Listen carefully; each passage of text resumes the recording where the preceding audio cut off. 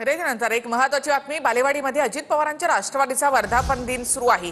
पुणे मुंबई महामार्गावर बालेवाडी इथे वाहतुकीची मोठी कोंडी झाली आहे। गेल्या 2 तासांपासून वाहनांच्या लांबच लांब रांगा या ठिकाणी झाल्या आहेत।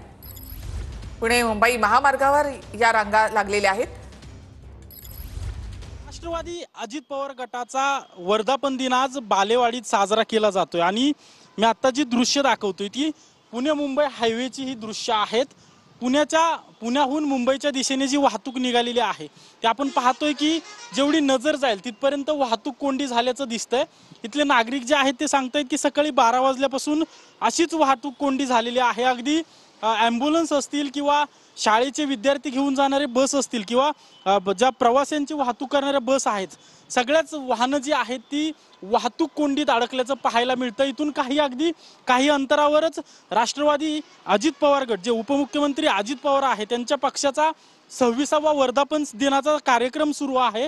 मोठ्या प्रमाणात या वर्धापनासाठी देखील राज्यभरातून कार्यकर्ते पदाधिकारी येत असल्याचं आपल्याला पाहायला मिळतंय। आता ही वाहतूक कोंडी कशा प्रकारे सोडवली जाते आणि किती वेळ अशीच वाहतूक कोंडी राहते हे पाहणं महत्त्वाचं असणार आहे। कॅमेरा पर्सन सुशांतसह अजिंक्य धायगुडे, TV9 मराठी, पुणे।